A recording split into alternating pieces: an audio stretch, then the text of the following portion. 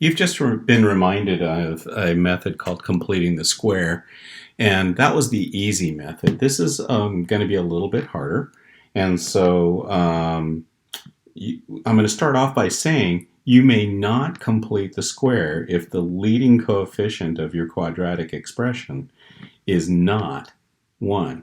So here it's 2. We need to change that. So we have to factor out that 2. So 2 times x squared plus 7x. I'm going to finish that off nice and wide, and I'm going to put that plus 5 on the outside of that.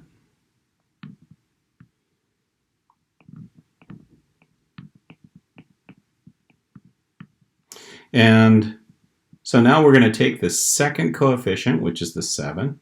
We're going to put it over 2 because we need half of that. And we just have to leave it as 7 over 2. We also have to take that and square it.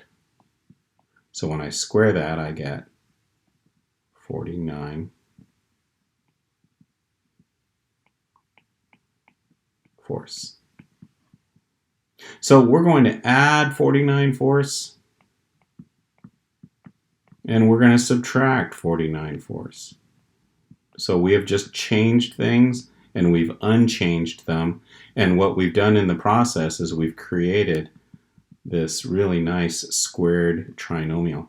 So when we want to write that as the squared binomial, we get x, we get plus, we get, that's 7 halves squared, so this is just 7 halves. That's squared. Now that's that trinomial. So I need the outer parentheses, and I need that 2 out in front, and here's my 49 fourths. And here's the end of the parentheses, plus 5 equals 0. All right, if I distribute that 2 back in, it looks like this now. 2 times x plus 7 halves squared minus 49 fourths, it becomes 49 halves, and I have now plus 5, and I've gotten rid of that parentheses that was holding all that stuff in. Well, 49 halves plus 5 ones is the same as saying negative 49 halves plus 10 halves. So we're just going to say minus 49 halves plus 10 halves, and we get negative 39 halves. That's equal to 0.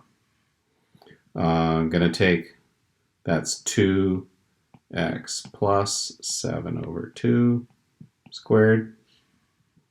And now we're going to keep on going. We have to add 39 halves to both sides.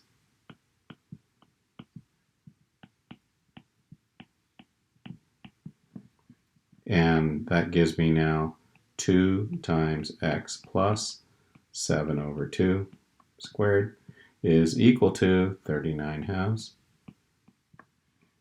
I'm going to divide both sides by 2, which is the same as multiplying by 1/2.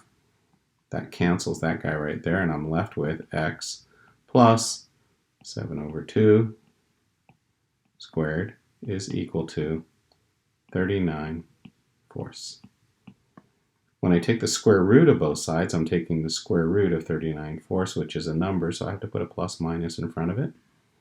And that ends up being, I'm just going to write it this way, plus or minus the square root of 39 over 2, which is the square root of 4. The left side becomes x plus 7 halves, because I took the square root of a squared term. All right. Subtract the 7 halves now,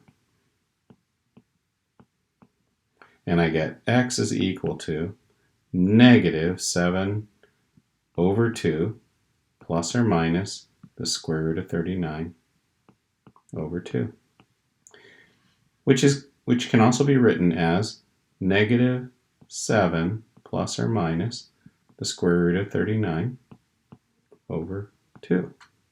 Well, let's prove that to ourselves, that that's really true.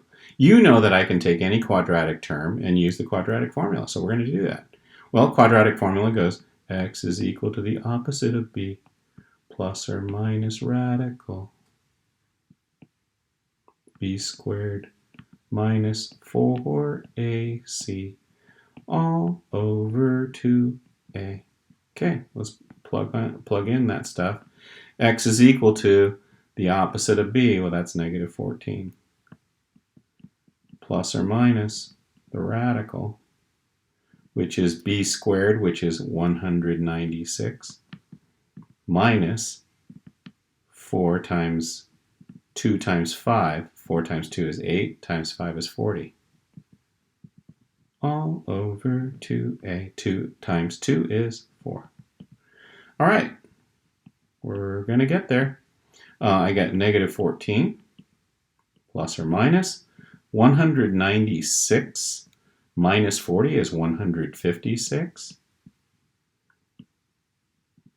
That's dividing by 4. 156, believe it or not, is divisible by 4. When I divide 156 by 4, I got 3. That gives me 12, leaving 36. That's 9. So I get the square root of 39. But I pulled out a 4, and that becomes a 2 out in front here. Plus or minus negative 14 all over 4. I can divide the top side by 2, and I end up with 2 times negative 7 plus or minus root 39. And that over 2 times 2. So I can just factor out that 2. And I get x equals negative 7 plus or minus root 39 all over 2, which is the same as the answer that we got here. And that's how you do completing the square the harder way.